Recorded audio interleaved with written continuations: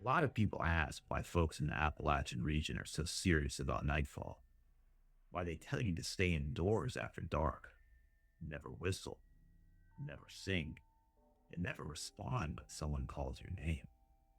It goes back generations, older than most people realize.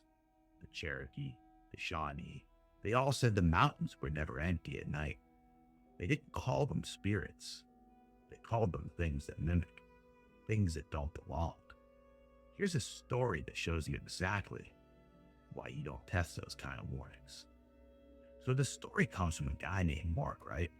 He was just outside of Asheville, North Carolina, and he heard about a patch of land deep in the forest. Supposedly, I guess it was great for foraging mushrooms, but the locals never went near it.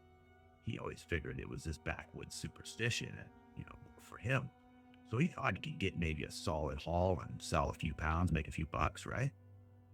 So he parks his car on this old logging road and hikes in the midday. It's a nice day, but it turns into late afternoon real quick, and he realizes the woods are getting dark fast. So he starts heading back, right? And that's when he hears it. The voice. It's calling him.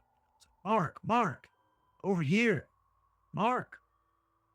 It's his name. I mean, clear, familiar.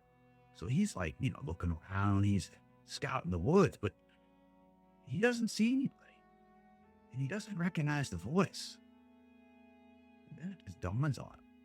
He starts remembering the stories. Don't answer. Don't speak. Just keep walking. So he puts his head down and he's a little freaked out. So he just keeps moving. But this voice keeps calling him. And then it starts to change. Almost like a laugh. Then it kind of morphed into a scream. And the voices were everywhere, circling him.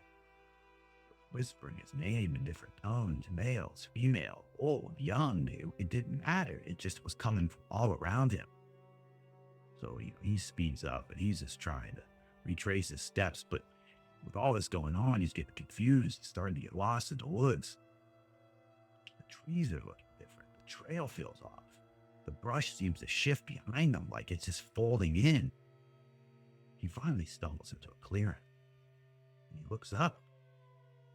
And there's a man standing there. And he's facing away. I mean, he's not moving. I mean, he's just standing there. Mark walks up to him and calls out, like, hey, sir, do you know how to get back to the road? The man slowly turned around. And it's him. Same face. Same clothes. But this version of Mark is battered. I mean, his face is torn up. His skin is gray. He's staring right through him.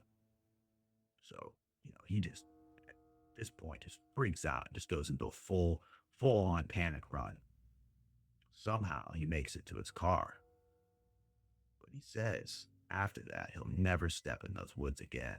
Whatever he experienced out there had no explanation.